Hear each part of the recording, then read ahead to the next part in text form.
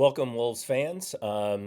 You are joining today's edition of Timberwolves Today with Mark Fiers. I'm your host, covering all of the Wolves news, updates, rumors, hot takes, deep dives, trivia, history, you name it. And if you want to join this Wolf pack, be sure to hit subscribe and join in on the Wolves today. We're starting off first with the Raptors recap. Game tonight against the Toronto Raptors in Toronto, a place that they have not won in 20 years. Today definitely could have been a letdown loss due to the trade of Mike Conley. A little bit of depression going on in Minnesota right now, having lost Mike Connolly, definitely a fan favorite, a team favorite. And so, yeah, they were coming into the game with a little bit of shock, maybe a little bit of depression. Players distracted about whether this might be their last game with the Wolves with the trade deadline tomorrow, which we'll talk about in a little bit. So, plenty of reasons and excuses why the Wolves would have come out flat, and they did. They built themselves or dug themselves a hole, I guess. 18-point deficit in the third quarter, but I'm just going to jump right to the fourth quarter because that is when Anthony Edwards just willed the team to win, put the team on his back, and did it on both ends of the court, both offensively and defensively. Again, coming back from an 18-point deficit, Ant-Man just said, "We ain't losing this game, not tonight." And it's one of the best fourth quarters I've seen from him this year. Again, because he did it offensively, 13 points, but he did it defensively as well. 5 rebounds, 3 steals, all in the fourth quarter, a block in the fourth quarter. Just turned it up defensively. And it was there. It was there on the ball. It was on help side defense. And this is one of the reasons. This tonight is an example of why Anthony Edwards, if he wants, can be a first team All NBA and a first team All NBA defense. Um, there's been 29 players that have done that in the history of the NBA. Jordan did it 9 times. Kobe did it 8. Um, Duncan did it 7. LeBron did it 5. Kevin Garnett did it 4 times, along with a bunch of other players. But Anthony Edwards, when he wants to, when he puts his mind to it, can be elite. Obviously, we know offensively, defensively, he can be as well. He's just got to put his mind to it. This game was, just one of those examples um, of that clutch. And he really didn't have that the first 3-4 years of his career. And so you talk about clutch gene. Is it something that is inside of him? I honestly don't know if it was the first 2-3 years in his career. I really think that clutch gene, that dog, was something that had to be developed, had to grow.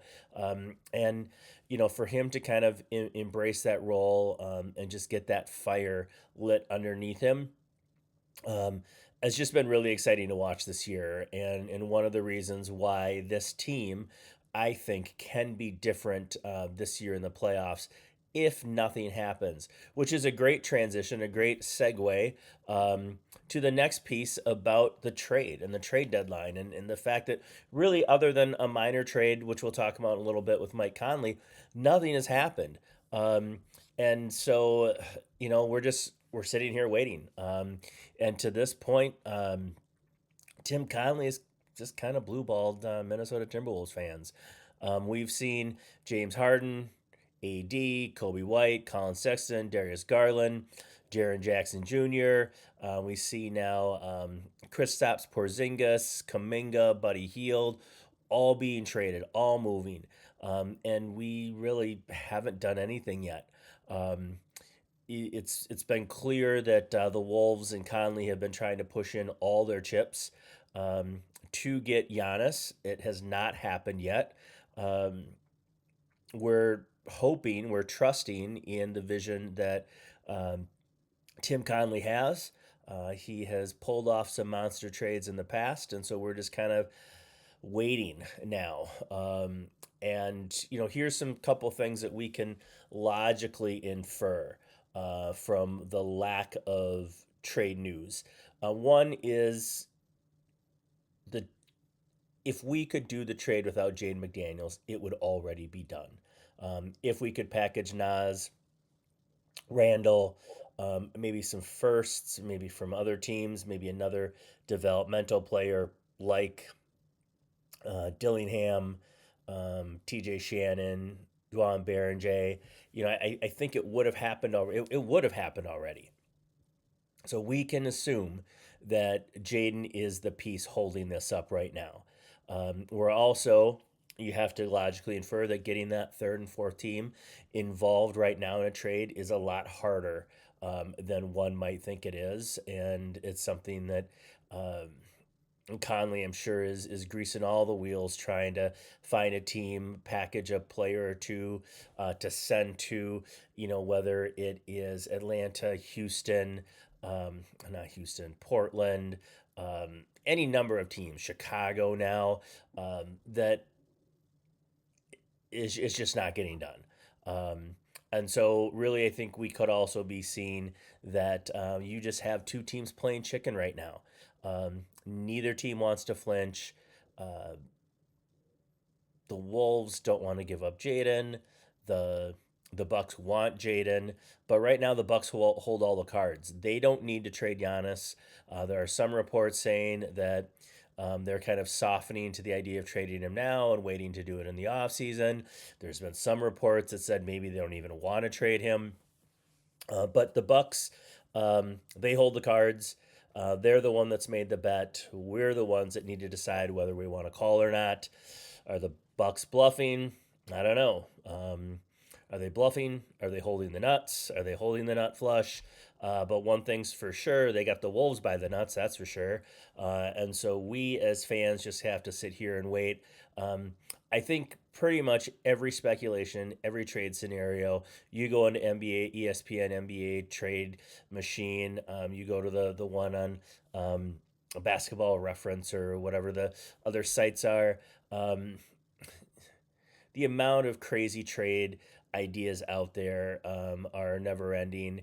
And I think we just need to stop now. We just need to kind of breathe and just see what happens over the next, well, I guess 14 hours. The trade deadline is, um, you're probably watching this today, Thursday, at 2 p.m. Central Standard Time. My guess is if the Giannis trade were to happen, it would happen by now, giving the Wolves some room to um, make a pivot and get to go after Malik Monk or try to get Ayo Dosunmu or somebody like that from the Bulls. So I guess we just have to wait and see. Right now, I'd put the odds of us getting Giannis probably in that 10 to 15% range. And while I'd love to see Giannis on the team, even if it meant giving up Jaden McDaniels, I'm okay if we don't make any big moves, and honestly, probably just not going to happen. Um, just reference the biggest the hold up in all of this is Jaden McDaniels, and I think the hold up here uh, really boils down to whether Tim Conley, whether the brain trust of the Timberwolves sees Jaden McDaniels as a number two option. If they only saw him ever being the number three option, I think you have to let a number three option on a team go for Giannis. If he's truly the number two option, I can see you wanting to hold on to that. But then the question is asked: can Jaden be the number two? He's really only ever been the number three, maybe number four on this team, and so he's taken a massive jump this year, I think, offensively. And so, is it enough to get him to the the Joker to Ant Man's Batman? So, I mean, what do we really want out of a number two? What do we think Jaden can ascend to? Um, I think to be a true number two on a team, you have to be able to be reliable offensively. You need to be able to create your own shot. Uh, Jaden, for someone that is 6'8", 6'9", does have pretty strong ball handling skills. We've seen that he can create his shot. He can get to the rim. Um, he has that, that slow down, that two step. Um, in the lane. He has the fadeaway. He can go glass. He has a little bit of creativity offensively, but this year definitely he's shown that he can create his own shot.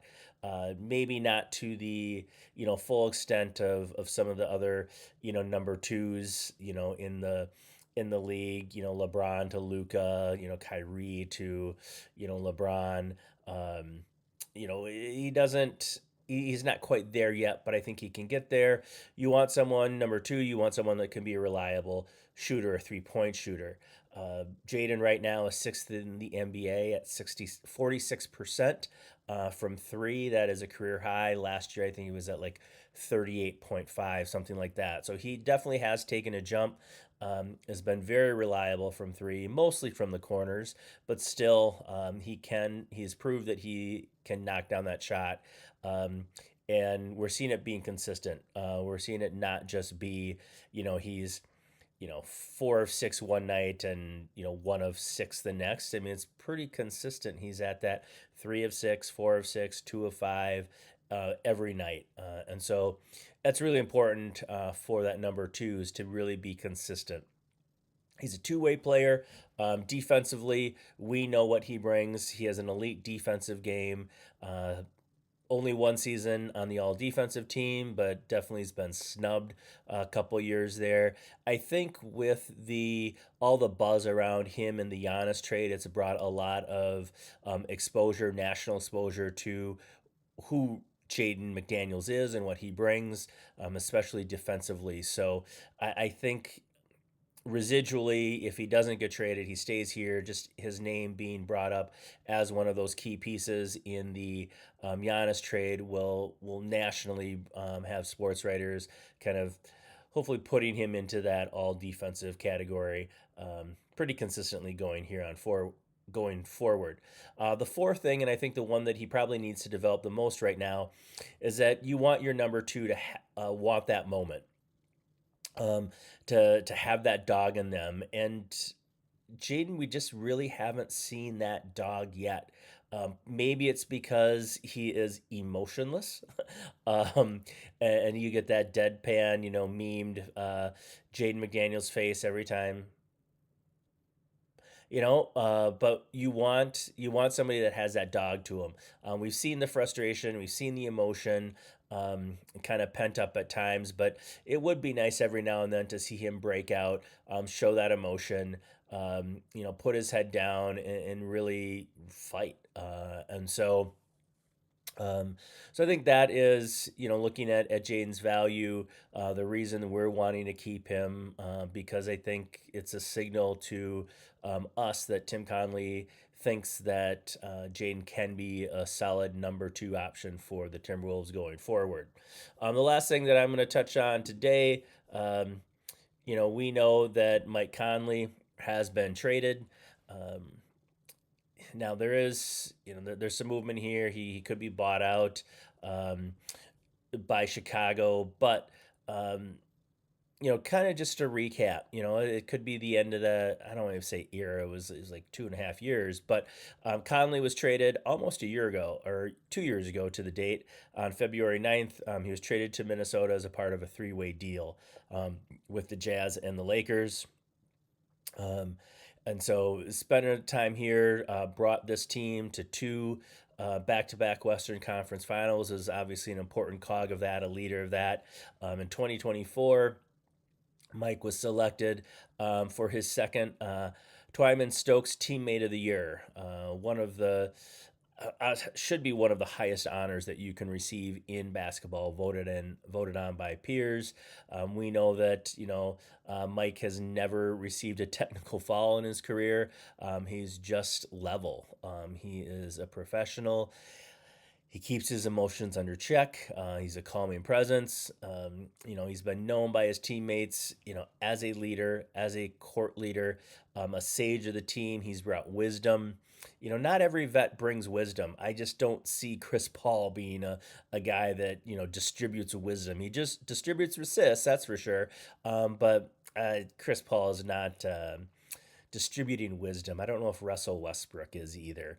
Um, but, Conley was just somebody that you could just tell on the court had a calming presence.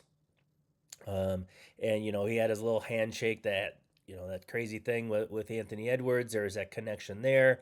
Um, Ant called him Bite Bite. I hadn't heard that this year, but last year definitely called him Bite Bite because he always looked like he wanted to bite somebody. So there was that quiet intensity there with Mike Conley.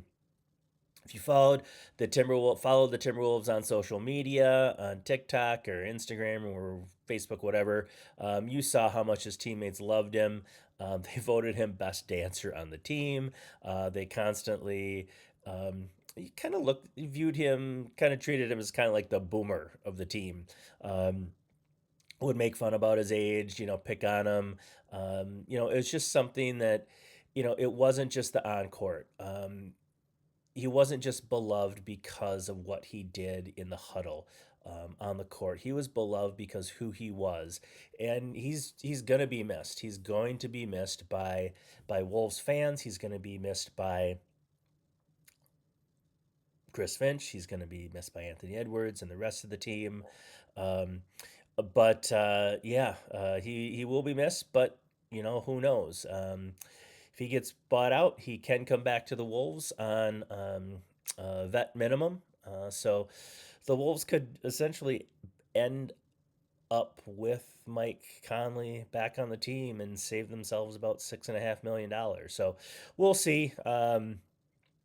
Probably not going to happen, but it is a possibility that we'll see Mike again in a Timberwolves uniform. So thanks for joining me today. Again, make sure you hit that subscribe button. Tell your friends about us.